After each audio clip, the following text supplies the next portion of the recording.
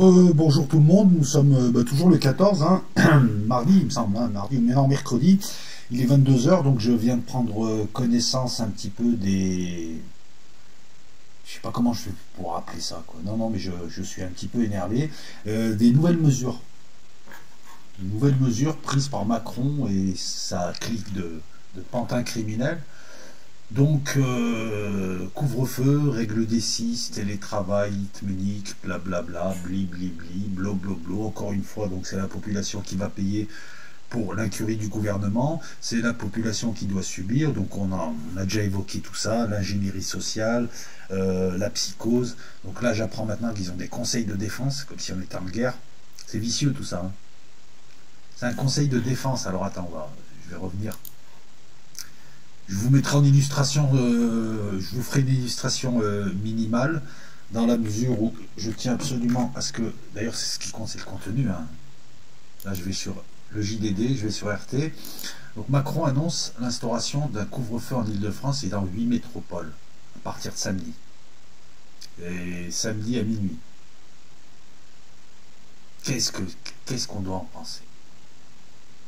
On a tout dit, on a dit que, et nous pensons tous, en tout cas, nous sommes nombreux à penser que le Covid qui existe et leur sert, en fait, et l'infection est amplifiée. Enfin, comment dire ça? Ils amplifient la psychose, ils font peur aux gens, ils exagèrent les choses. Lorsqu'on examine un petit peu les chiffres, on s'aperçoit qu'ils jouent avec les chiffres, qu'ils sont en train de nous emmener dans une certaine direction. Nous sommes des dizaines, voire des centaines de youtubeurs à avoir prévenu il y a déjà 2 mois qu'il y aurait un reconfinement d'une manière ou d'une autre. Nous avons assisté à la mascarade ici à Marseille, à savoir pendant 15 jours, les bars, les restaurants étaient fermés. Je peux vous assurer, en tout cas, et on le voit de visu, qu'il y a beaucoup d'endroits qui ne réouvrent plus, hein, qu'il y a des endroits, des gens qui ont mis la clé sous la porte, puisque l'État ne rembourse que les charges fixes. Hein, voilà, encore une fois, nous avons parlé de cette intention déguisée de détruire l'économie réelle pour mettre tout le monde sous subvention, sous aide, et éventuellement de les maintenir avec des grands groupes. Comme ça, on a tué l'économie réelle, on a tué les forces vives de la nation, ceux qui gagnaient leur argent à la force de leur travail, on a parlé de tout ça. Moi, je suis sidéré quand même, un couvre-feu. Donc, c'est-à-dire qu'avant 21h, tu peux pas t'infecter, et après 21h, tu peux être infecté. La seule chose, moi, que je vois, en tout cas, encore une fois, hein, ça va pas être une vidéo novatrice, c'est que, au fait, qui parmi vous a connu un couvre-feu? Personne. Si, j'ai peut-être des gens qui ont 70 ans, 72 ans, et encore, je sais même pas s'ils ont... Le dernier couvre-feu en France, il me semble que c'était pendant la guerre d'Algérie, dans les années entre 60 et 62. Il me semble l'état d'urgence, c'est 61. Il y a eu des couvre-feux peut-être avant. Donc là, nous avons un couvre-feu. Ça a ni queue ni tête. Au lieu d'augmenter le nombre de lits en réanimation, au lieu d'installer de nouveaux hôpitaux, au lieu de dépister réellement et non pas avec quelque chose en fait, leurs tests sont fiables à 70%.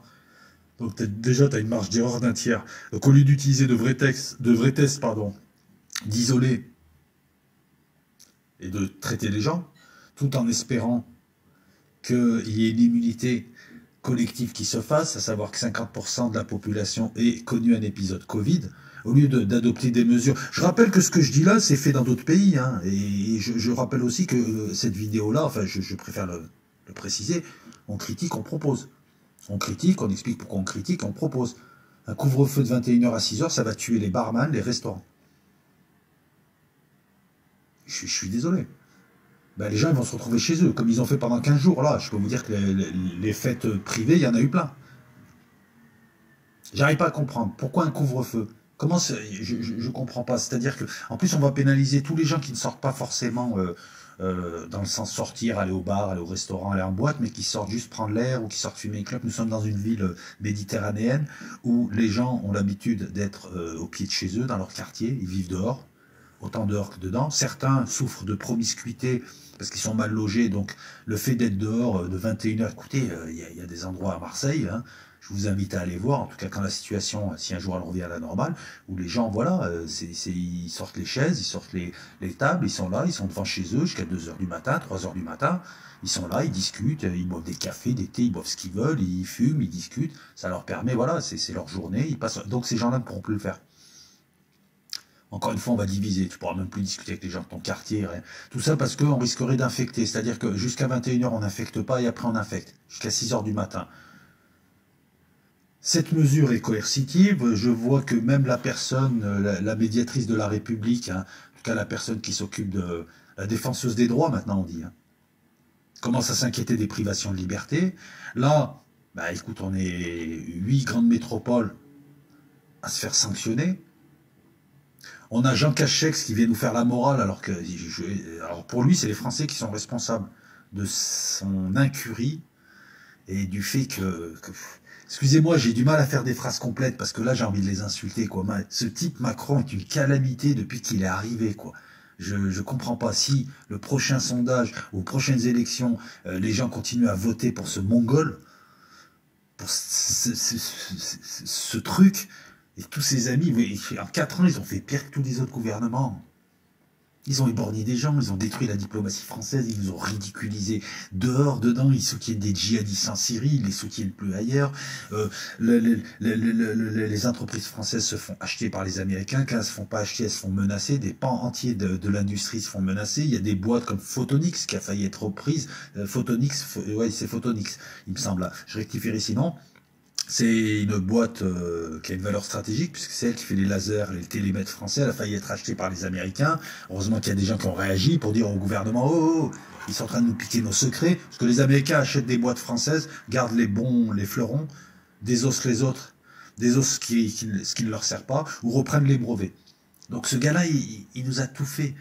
Et là, je pense qu'il va tout nous faire encore, puisque, voilà, je pense aux restaurateurs et aux cafetiers marseillais, 15 jours fermés, et là, pendant 1 mois, durant le laps de temps où ils font leurs recettes, eux, je vous rappelle que ces gens embauchent, ces gens entretiennent des filières, ces gens achètent de la bouffe, achètent de l'alcool, font tourner des entreprises, font tourner des transporteurs, embauchent des gens qui eux-mêmes consomment, etc., etc. On est en train de détruire une économie, hein. Tout ça parce que, je sais pas, ils doivent prendre leurs ordres. Tout ce qu'ils font, c'est contre-productif. C'est hallucinant, et hallucinant par rapport à ce qui se fait ailleurs, en Europe. Je veux dire, tu vas en Suède, et voilà, ou en Corée, enfin, en Corée, c'est pas l'Europe, on est d'accord, en Suède, d'ailleurs en Allemagne, on a 4 fois, 5 fois plus de morts que dans ces pays-là, et on fait des trucs délirants, et on prive les gens de liberté, alors que le problème est... Qui nous a demandé de nous contaminer pendant 3 mois au mépris du principe de précaution? Qui a dit qu'on n'avait pas besoin de masques? Qui nous a redonné des masques, ensuite nous les a imposés? Qui a dit qu'on pouvait aller tous se mélanger en vacances? Qui ensuite nous l'a reproché? Etc. etc. etc. C'est hallucinant ce qui arrive. Donc là, ils testent jusqu'où ils peuvent aller, et ça va durer jusqu'au 1er décembre. Ensuite, l'ingénierie sociale veuille, c'est du dressage, hein. Tu sanctionnes, et après tu donnes le sucre. Le chien est content de te voir content parce que tu lui as donné un sucre, il est content. C'est une manière de nous dresser, hein, de dresser le plus grand nombre, hein. Voilà, comme ça il y aura un soulagement le 1er décembre. Macron va dire, écoutez, ça s'est arrangé, vous pouvez faire les fêtes, tout le monde va être soulagé, ouais, les fêtes, c'est super, tout ça, tout ça. Et il y aura une 3e vague, bien évidemment. Il y aura même des confinements. À un moment donné, il va falloir quand même s'opposer sérieusement à ce pouvoir illégitime, totalement illégitime. Il est légitimé par quoi? Les élections, mais vous rigolez, quoi. Il y a moins de 20% des gens qui ont voté, et il doit avoir, je sais pas, 10% du corps électoral, 10%, les autres se foutent, ne veulent plus de cette mascarade. Donc voilà, voilà, nous avons besoin de services publics ouverts. Il a détruit l'économie, il n'y a personne qui a un rond, et l'autre, il dit que tes services publics ouverts, on s'en branle. Casse-toi. Voilà, casse-toi. Alors maintenant, il faudra demander une autorisation, tout en confirmant la mise en place d'autorisations exceptionnelles pour les personnes qui travaillent de nuit ou celles qui ont de bonnes raisons de circuler après 21h. Si j'ai envie de circuler, je fais ce que je veux. Mais t'as l'impression d'être en temps de guerre ou dans un pays liberticide, quoi. Ils sanctionnent encore une fois 8 métropoles en reprochant aux gens de ne pas avoir fait ce qu'il fallait, alors que les gens ne sont pas responsables sur ce coup. Est-ce que vous pensez sérieusement que la majorité, je sais qu'il y a toujours 2-3 cons, mais est-ce que vous pensez sérieusement que la majorité des gens veut contaminer les autres, ou veut choper le Covid? Non. Leur incurie, leur incapacité, si tu veux, ils sont responsables de la situation, ils font n'importe quoi, c'est pire que les autres pays, et ils le reprochent à la population. La suite, c'est à un moment donné, tu vas t'enfermer 3 mois chez toi, par exemple. Et on va te ramener de la bouffe. Et si tu sors, on te tirera dessus. Tu vois, c'est ce genre de truc, hein. Ce genre de délire, il arrivera dans 1 an. Voilà. Maintenant qu'ils ont vu qu'ils pouvaient imposer des trucs après avoir fait peur, c'est voilà. Et toutes ces mesures-là, est-ce que tu crois qu'ils vont les enlever? Il a lancé le cadre juridique qui lui permet de faire ce qu'il veut, c'est-à-dire l'état d'urgence sanitaire. La grosse loi, votée par ses amis députés, ben, il a la majorité au Parlement. La grosse loi, donc, qui est votée. Alors apparemment le Sénat ne l'a pas votée, mais je sais que ça va être l'Assemblée nationale qui va avoir le dernier mot. Donc ses potes votent un cadre, les murs de la prison. Et une fois qu'ils ont monté les murs de la prison autour de toi, ils peuvent appliquer tous les autres les arrêtés, les décrets qui vont découler de cet état d'urgence sanitaire. Et ben voilà, ils seront légitimés juridiquement. Mais est-ce que moralement, est-ce que depuis le départ, est-ce qu'il n'y a pas une arnaque? Parce que les juges, ils sont malins. Ils sont malins, ces types. Ils te mettent un cadre juridique qui respecte la légalité externe pour que la justice ne puisse pas les sanctionner, pour que le Conseil d'État ne puisse pas annuler leurs arrêtés bidons, leurs arrêtés de tarés. On est en train de vivre dans un asile psychiatrique, c'est de pire en pire. Là, on est au bout, là. Voilà. Donc, partant de là, bah, écoute, si tu es de Lille, de Grenoble, de Lyon, d'Aix, de Marseille, Montpellier, Rouen, Toulouse, Saint-Étienne, tu n'as plus le droit de sortir le soir, sauf avoir un motif valable, c'est-à-dire travailler. Tu ne peux plus sortir en bas de chez toi, tu ne peux plus, enfin bon, je pense déjà à Montpellier, hein, où les gens, voilà, c'est le sud aussi, Toulouse aussi. Et en plus, on va défoncer tout ce qui pouvait être café, restaurant, bar, lieux sympas, les derniers lieux où tu pouvais encore souffler un petit peu avec tes amis, hein, quand tu avais envie, eh ben, ils vont les enlever. Voilà, ça c'est l'une des mesures. Après, non, par contre, sur les mesures qu'il a promulguées, alors je regarde, donc alors qu'une deuxième vague mon cul, ouais, il n'y en a pas une en fait pour sortir de la crise. Il y a que des mesures pour entretenir. Il ne faut plus être raciste maintenant. C'est-à-dire que chez toi, si vous êtes 7, s'il y a le petit dernier qui passe, ah là là, c'est chaud, tu risques une amende. Vous n'avez pas le droit d'être plus de 6 lorsque vous vous retrouvez. Il parle du chômage partiel, tout le monde est au chômage total. Si vous parlez de ton chômage partiel et du télétravail, il faudrait déjà qu'il y ait du travail, quoi. Voilà, le chômage partiel à plein va être réactivé, ça ne veut rien dire à plein temps, va être réactivé pour l'hôtellerie, les cafés-restaurants, le tourisme. C'est-à-dire qu'en gros, le chômage, c'est qui? C'est de l'argent public, c'est ton argent, c'est tes cotisations, c'est toi qui finance le chômage. C'est toi qui finance le filet social. Donc en fait, en plus, tu vas payer pour des victimes, des gens qu'on va mettre dehors, hein, parce que, excuse-moi, les restaurateurs, ils vont licencier tous les CDD. Hein. Ils vont pas garder les CDD, ils vont les licencier. J'ai déjà, parviennent à mes oreilles, déjà, des exemples de gens qui ont vu leur contrat s'arrêter, ils étaient en CDD, ils devaient être renouvelés, on ne les a pas renouvelés, ils devaient intégrer un CDD, on les a prévenus, ben écoutez, c'est plus possible, etc., etc. Il y a tout un tas de gens qui commencent déjà. Donc le chômage partiel que va financer le contribuable, c'est pas une solution.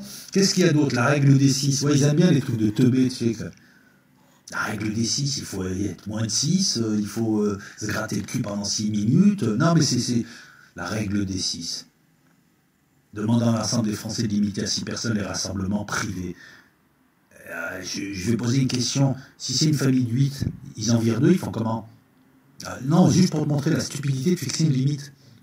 Parce que la règle de 6 ou la règle de 12 ou la règle de 14, non. Le truc, c'est que dès que quelqu'un est malade dans la famille, il est isolé et tout de suite soigné. Et en plus, si c'est la famille, elle sera soignée, puis elle aura comme ça développé des anticorps. Donc la règle des 6, c'est la règle de n'importe quoi. Voilà. Tu peux avoir des gens qui vont être... Voilà, le truc c'est qu'en famille, vous vivez tous ensemble, donc si vous êtes 8, 10 ou 6, c'est pareil. Si le Covid il rentre, s'il ne rentre pas, il ne rentre pas. Alors tu vas me dire, plus on est dans la famille, plus on a de chance de la porter. Oui, c'est pas faux non plus, c'est pas faux. Mais enfin, cette règle des 6 là, je pense qu'il y a beaucoup de choses à dire dessus, je vais essayer de la faire courte là. Qu'est-ce qu'il dit? Ne plus être 6 à table. Donc voilà, donc si je te dis, si tu as une famille de plus de 6 personnes, tu devras virer des gens, tu devras, je sais pas, abandonner tes enfants peut-être. Tout en recommandant aussi de mettre au maximum le masque, y compris en famille. Donc en fait, le soir, dans le salon, vous êtes en famille, vous allez mettre le masque. Mais il est complètement con ce mec, ou je sais pas, il s'entraîne pour être aussi con.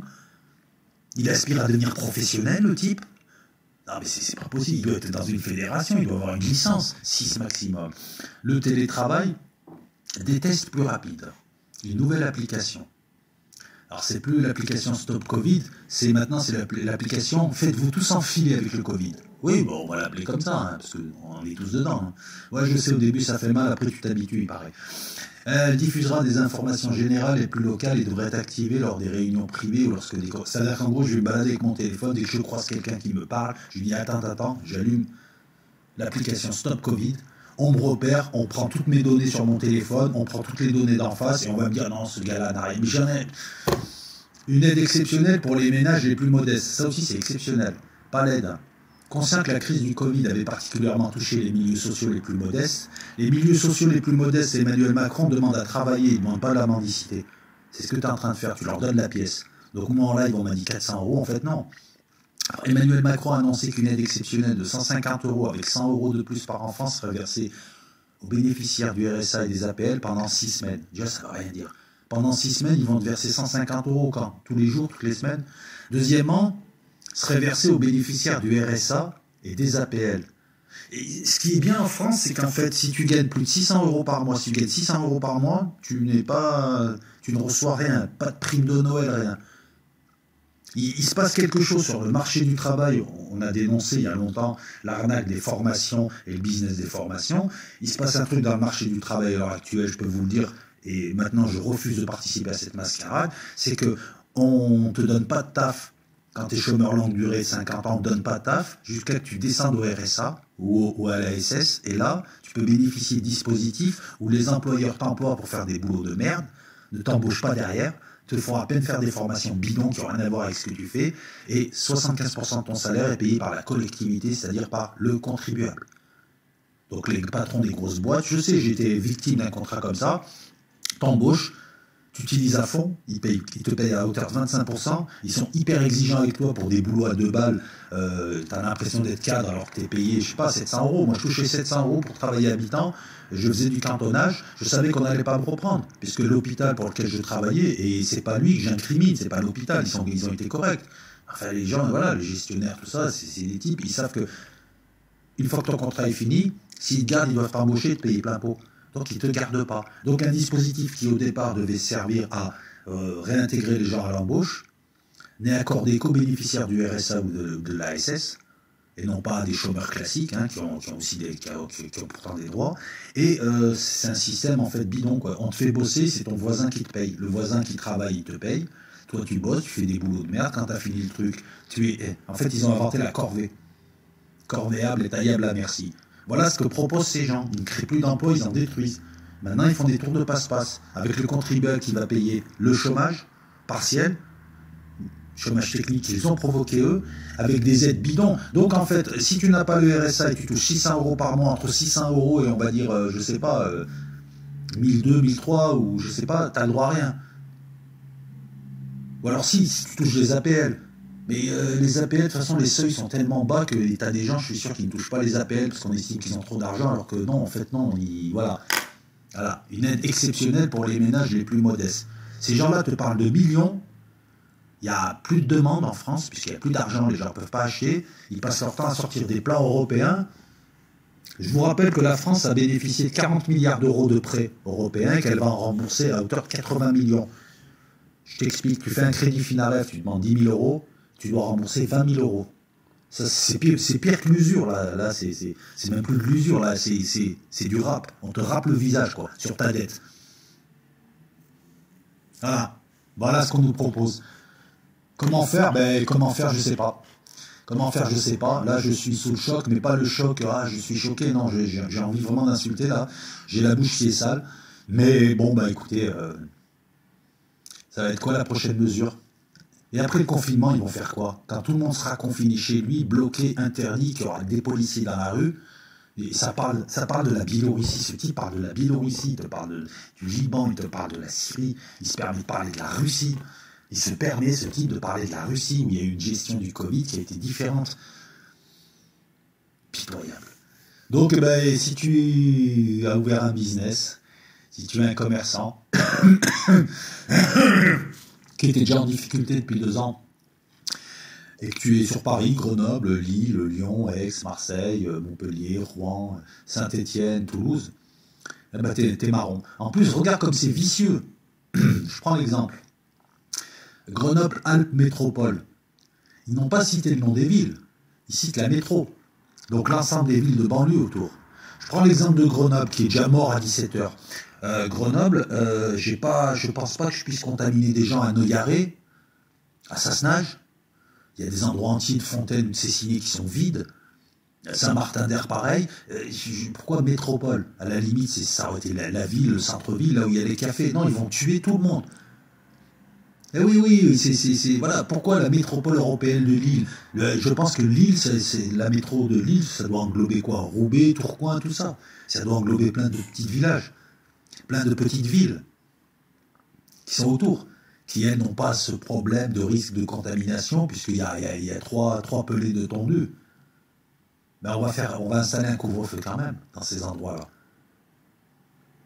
J'attends de voir un petit peu ce que vont dire les juges de la légalité, le Conseil d'État, pour voir. Mais là, on essaie même plus des mesures exorbitantes, c'est-à-dire disproportionnées par rapport au danger, parce que voilà, j'aurais pu comprendre qu'on crée voilà des zones dans le centre-ville, des zones où il faut porter un masque. J'aurais pu comprendre qu'on impose, et d'ailleurs ils sont déjà imposés aux restaurateurs et aux cafetiers, tout un tas de restrictions qui font que déjà là, ils ont un tiers ou un quart de leur clientèle qui peut rentrer dans le bar. Mais là, c'est quasiment le coup de grâce, là. Parce qu'il n'y a pas que, hein. Il y a tout le monde. Quand tu touches à l'économie, tout est lié. Et donc la demande, c'est-à-dire les gens qui ont de l'argent et qui veulent acheter, ben, elle va se faire petite. La demande, elle va porter sur des trucs essentiels. Donc l'économie, ils l'ont massacrée déjà. On était déjà dans une crise qui dure, de toute façon, depuis que je suis né, il y a la crise. Hein. C'est bizarre, depuis que je suis né, ces gens s'enrichissent, leurs gosses s'enrichissent, et pour nous, c'est toujours la crise. Il y a toujours la crise. J'ai jamais vu un moment où on ne disait pas, c'est la crise, c'est la crise. Voilà, j'ai 51 balais, je suis né avec la crise. J'ai l'impression que c'est ma mère, la crise. Hein, mais la crise, elle est toujours pour les mêmes, c'est-à-dire les petites gens. C'est hallucinant. J'attends de voir un peu ce que peut décider...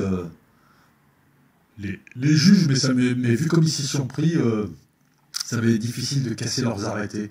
Non. Macron, il faut que tu dégages maintenant, ça va mal finir pour toi. Je pense que ça va très très mal finir pour toi. Tu es en train de fracasser un pays. Tes prédécesseurs ont déjà bien attaqué, mais toi apparemment tu as eu la partie la plus dégueulasse de l'agenda. Oui, alors on peut m'appeler complotiste comme on veut, j'en ai rien à foutre.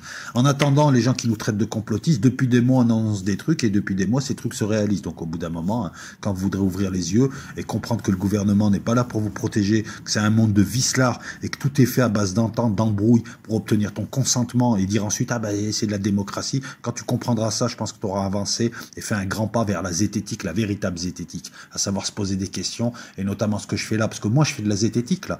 Je me pose des questions sur l'action du gouvernement, j'émets des faits, j'argumente pour montrer que voilà qu'on est chez Alfred Jarry, hein, c'est Ubu président, et on annonce des trucs qui se produisent. Voilà, excuse-moi, on peut pas faire mieux que ça. Et si avec ça tu te réveilles pas et tu crois que le gouvernement fait de son mieux, que nous on est tous des abrutis et tous des beaufs, hein, parce que c'est ça, sauf toi. Voilà, oui, on est tous des beaufs, mais toi t'as un plus gros beauf. La zététique, c'est se poser des questions et être très critique quant à la réaction. Moi, je me pose des questions. Vous êtes zététicien, les amis, je suis zététicien. On se pose des questions, à savoir, malgré tout l'emballage et le pipeau, je sais pas, on se fait traiter de complotiste maintenant parce qu'on dit que les journalistes sont les chargés de presse de l'Élysée, alors que c'est connu. Je veux dire, même dans le milieu du journalisme, c'est dit. Donc, on a en fait, entre ceux qui nous arnaquent et nous avons des gens, les bien-pensants, qui viennent te dire, mais t'es bête, mais c'est les faillots de l'école qui est toujours en train de dire, jusqu'à que le prof lui dise, non, tais-toi, il a raison. Il a raison, je suis un mauvais prof. Et là, à ce moment-là, c'est Fayot et c'est perroquet, voilà. Faites de la zététique, posez-vous des questions. Moi, personnellement, je peux pas faire mieux, là, voilà. Je vais pas broder plus que ça. On a dit ce qui n'allait pas. On a balancé un petit peu nos hypothèses. On commence à se dire que c'est pas un gouvernement de gens incompétents, mais c'est un gouvernement de gens qui savent ce qu'ils font. Ils ont été choisis pour ça et ils sont là pour détruire. C'est un gouvernement jetable. Et on propose des solutions. Chacun fait ce qu'il veut. Moi, en tout cas, je suis très anxieux et très inquiet pour l'avenir. Je vous ai fait une vidéo il y a un mois, je crois, qui s'appelait La Nuit. Eh ben, la nuit, on est dedans maintenant. Hein. On est passé le crépuscule. On a passé, voilà, on est dedans la nuit. Et c'est que le début. Il faut que ces gens dégagent. Je sais pas comment, je sais pas. Il faut que quelque chose se produise, que ces gens dégagent. Nous avons affaire à des démons qui sont en train de nous tuer petit à petit. Et moi, j'ai pas envie d'attendre qu'on me mette une balle dans la nuque, c'est une image, hein, mais c'est tout comme, pour me rendre compte que ces gens-là sont des criminels, des voleurs, ces gens-là sont infâmes, ce sont des traîtres. Quid de la Cour de justice de la République? Voilà, demain il va faire quoi? Il va mettre couvre-feu sur toute la France, plus personne ne sort, plus personne ne fait rien, plus personne... Non mais il est complètement pété ce mec-là. Et ses amis. Ceux qui ont de l'argent, quitter le pays, franchement, parce que ça va aller mal en pis. C'est bien, on va tribuler maintenant. On va bien tribuler. Tous ceux qui ricanent, tout ça, tout ce qu'on annonce est en train d'arriver. J'aurais préféré avoir tort. On va bien tribuler et on verra. Moi, personnellement, voilà, si vous avez un peu de blé, quittez l'hémisphère nord. C'est le moment de quitter l'hémisphère nord, vous et votre famille. Ne cherchez pas, ne pensez pas à la population. Sauvez-vous, sauvez les vôtres, parce que de toute façon, c'est comme ça que ça va se finir. Et puis, il y a quelque chose qui va se passer là. C'est pas possible. Là. Macron, il faut que tu dégages maintenant. Toi et tes amis, faut que vous partiez tous. Vous, les partis politiques, ils sont où, Mélenchon et compagnie? Mélenchon, l'hypocrite, le menteur, l'ami de Macron qui joue un jeu, ce mec c'est un escroc. Elle est où Marine Le Pen pour parler? Qui défend? Est-ce que les partis politiques vous défendent? Les seuls qui parlent, ce sont les présidents de petits partis comme François Asselineau ou comme Florian Philippot aussi. Moi, j'aime bien ce qu'il dit, Florian Philippot. Voilà, c'est les seuls qui tentent quelque chose. Ou sans les grands partis qui sont censés défendre les gens. Ils sont où les républicains qui nous ont déjà bien mis dans la merde? Voilà, les amis, la vidéo, le live, comme je vous l'ai dit, donc je le retravaille, je le pose. Cette vidéo-là, je la mets là, je mets une illustration minimale, et puis là, je vais aller me changer les idées. Je te promets que ça me déprime. Je vais aller changer les idées, parce que on a quand même une situation exceptionnellement inquiétante. Et après les avoir analysés, je peux juste te dire un truc, tu peux rigoler, c'est énorme. Ces gens me font peur. On a affaire à de vrais psychopathes. Quand je regarde Macron, quand tu le regardes bien dans les yeux, on a affaire à des robots, à des gens, j'ai pas l'impression qu'ils aient une âme. Ils sont là pour leur petite affaire, on leur a dit de faire des trucs. Il y a qu'en France où les gouvernements qui arrivent avec leurs clics de minables, de ratés, de pistonnés, de trous de balles, et j'ai fait 10 ans d'administration en tant que catégorie A, en tant que chargé de mission, je peux en parler des fils à papa, et il y a qu'en France où on a cette clique de ratés qui en plus méprise le peuple, alors que la France c'est le peuple qui te paye, c'est le peuple qui fait le pays, t'es un mauvais, même par rapport aux autres chefs d'État, même si on compare les différents gouvernements, ils sont mauvais, ils sont minables, et ils regardent le peuple de haut, des gens qui n'ont jamais travaillé de leur vie. On est revenu à une plutocratie. Enfin, une plutocratie, il faut être riche. Eux, en général, ils arrivent pauvres et ils finissent riches dans l'administration. Voilà, il faut qu'ils dégagent tous, il faut qu'il leur arrive quelque chose, ça ne peut plus durer, là c'est bon, c'est voilà. Et puis ceux qui peuvent partir, barrez-vous maintenant. Parce qu'à un moment donné... ils sont capables de fermer les frontières. Alors tu rigoles aujourd'hui, mais projette-toi dans 1 an ou 2 ans. Prochain virus, le prochain truc, la prochaine connerie qui vont te sortir. Ciao tout le monde.